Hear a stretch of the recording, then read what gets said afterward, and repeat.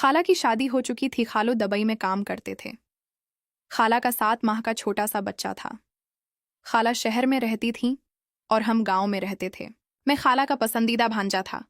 वो मुझसे बहुत प्यार करती थीं। पूरे खानदान में मैं उनका लाडला था। हमारी बहुत अच्छी बनती थी। हम एक दूसरे के साथ बहुत मजाक किया करते। मैं खाला से मोहब्बत कर बैठा था। खाला को भी उसका इल्म था, लेकिन मैं उस वक्त सिर्फ 15 साल का था। मेरी उम्र कम थी, इसलिए मैं अपनी मोहब्बत का इजहार ना कर सका। लेकिन खाला सब कुछ जानती थीं। उसके बावजूद उन्होंने शादी कर ली थी। हालांकि शादी को 3 साल हो चुके थे। अब जाकर खाला को औलाद नसीब हुई थी। मेरे खालो निहायत दरवेश किस्म के आदमी हैं। ये उन दिनों की बात है जब मैं यूनिवर्सिटी से फारिग हुआ था। मेरी तालीम मुकम्मल हो चुकी थी और मैं घर पर फारिग था। नौकरी की बातचीत चल रही थी, लेकिन अभी कुछ तय नहीं हुआ था। एक रात खालो का फोन आया। उन्होंने मेरी उम्मी को बताया कि माया खाला आजकल बहुत तन्हा हो गई हैं। जैसा कि मैं काम के सिलसिले में दुबई होता हूँ, आप जानते हैं, मुझे आपसे एक मदद चाहिए। आमी के पूछने पर उन्होंने बताया कि घर पर काम करने वाली मुलाजमा ने काम छोड़ दिया है और बच्चे की देख भाल करनी होती है। वो घर का काम तो किसी तरह कर लेती हैं, लेकिन बाजार से सामान लाने और दूसरी ज़रूरियात ज़िंदगी के लिए उन्हें बहुत परेशानी का सामना करना पड़ता है।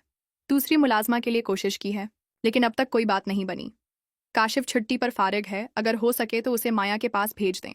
जैसे ही मुलाजमा का इंतजाम होगा वो वापस आ जाएगा। मुझे यकीन है कि काशिफ माया और बच्चे का ख्याल रखेगा। मेरी उम्मी ने कहा, अब बेफिक्र हो जाओ, मैं कल ही काशिफ को माया के पास भेज दूंगी। रात को उम्मी ने मुझे बताया कि तुम्हारे खालों का फोन आया था और वो बहुत परेशान थे। उम्मी ने मुझे सारी बात बताई और कहा कि कल ही खाला के पास चला जा। जब मैंने ये सुना तो मेरे अंदर खुशी की लहर दौड़ गई। मैं बहुत दिनों से खाला से मिलना चाहता था, लेकिन यूनिवर्सिटी की मसरूफियात की वजह से वक्त नहीं निकाल सका और खाला की भी नई नई शादी हुई थी। मैंने उम्मी से कहा, आप मेरा सामान पैक कर दें, मैं आज ही चला जाऊंगा। शाम को मैंने अपना सारा सामान बांधा और स्टेशन चला गया। मैंने ट्रेन पकड़ी और सीधा खाला के पास चला गया। अम्मी ने खाला को बता दिया था कि काशिफ आ रहा है, इसलिए खाला ने मेरा मनपसंद खाना बना लिया था। मैंने घंटी बजाई तो जब मेरी खाला ने दरवाज़ा खोला तो मैं उन्हें देखकर हैरान रह गया। खाला ने काले रंग का शॉर्ट पहना हुआ था जिसमें वो क़यामत लग रही थीं। वो पहले ही बहुत खूबसूरत थीं, लेकिन शादी के बाद तो उनके हिस्से में मज़ीद इजाफा हो गया था। जैसा हुसैन चेहरा हमारे पूरे ख़ानदान में किसी का नहीं था। उनके जिस्म की हर चीज़ कमाल थी। मैं तो खाला को देखता ही रह गया। खाला ने मुस्कुराते हुए कहा, अरे काशिफ, कहाँ गुम हो गए? मैंने कहा, कुछ नहीं, मैं देख रहा हूँ, आप तो बहुत प्यारी हो गई हैं। मैंने खाला से कहा, मुझे गले नहीं मिलेंगी? ये कहना था कि खाला ने मुझे गले लगा लिया और कहा, तुम अब भी नहीं बदले, बड़े शरारती हो। मैं अंदर गया। खाला का बेटा सो रहा था, तो मैंने उसे गोद में उठा लिया और कहा, यह तो बिल्कुल आप पर गया है। खाला ने कहा, चलो बातें भी करते रहोगे या खाना भी खाओगे? फिर मैंने खाना खाया। रात काफ़ी हो चुकी थी, इसलिए मैं कमरे में जाकर सो गया। सुबह उठकर मैंने नाश्ता किया। खाला मेरे पास आकर बैठ गईं और कहने लगें, काशिफ, तुम भी समझदार हो गए हो। तुम्हारी खाला ने तुम्हें काम के लिए यहाँ बुला लिया है। मैंने कहा, खाला, ऐसी कोई बात नहीं, आपके लिए कुछ भी करना। वो गंगनाने लगें, उसी लिए तुम मुझे सबसे ज़्यादा अच्छे लगते हो। दोपहर को मैं और खाला फिल्म देख रहे थे कि छोटू रोने लगा। खाला ने कहा, उसे भूख लगी होगी। मैंने छोटू को खाला को थमा दिया। खाला ने उसे अपना दूध पिलाया। मैंने ऐसा हुसैन मंजर जिंदगी में कभी नहीं देखा था। खाला ने मेरी तरफ देखा और कहने लगे, तुम्हारी नज़रें कहाँ हैं? मैंने कहा, खाला, कुछ नहीं। खाला ने कहा, मैं सब समझती हूँ। मैंने कहा, ऐसी कोई बात नहीं।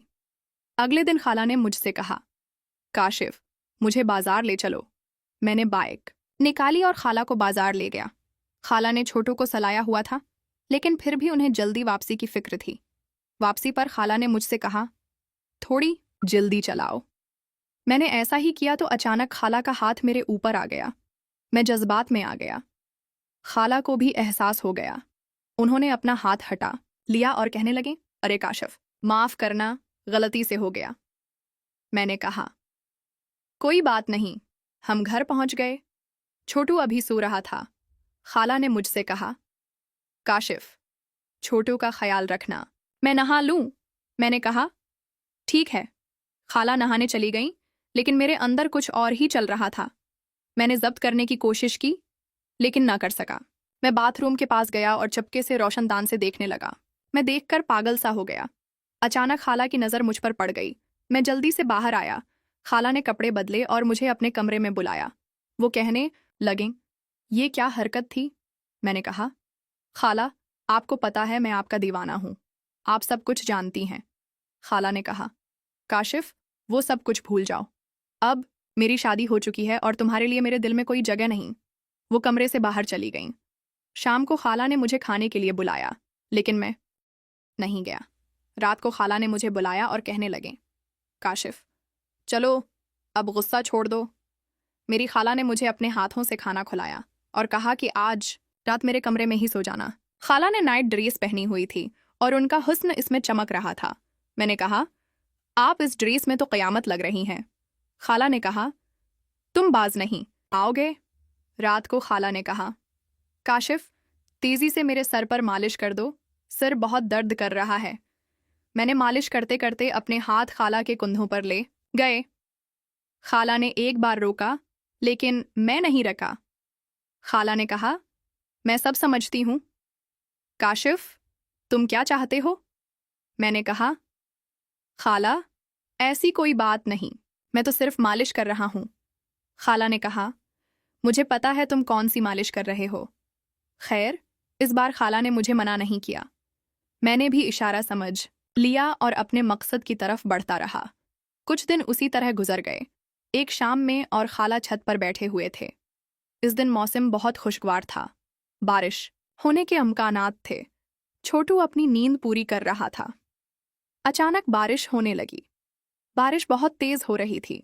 खाला ने मेरा हाथ पकड़ा और कहने लगे, आ जाओ काशिफ, बारिश में नहाते हैं।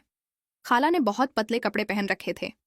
जब बारिश के कतरे उन पर पड़े तो उनका हुस्न मुकम्मल तौर पर नुमायां हो गया। अब मैं खाला के साथ बारिश में भीगने लग गया।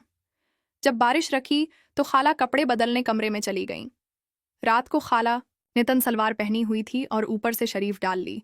मैं खाला के पास लेटा हुआ था। जब रात के 9 बजे मैंने आहिस्ता से खाला को सहलाना शुरू कर दिया। खाला उठ गईं। पहले तो उन्होंने 2-3 बार हाथ पीछे किया, लेकिन फिर खाला को भी मज़ा आने लगा। मैंने खाला के जिस्म के साथ खेलना शुरू कर दिया। खाला ने कहा, अब देखो क्या हो रहा है। खाला ने कहा, अब देखो क्या हो रहा है। तुम्हें पता है ये गलत है ना? मेरे हाथ रख गए।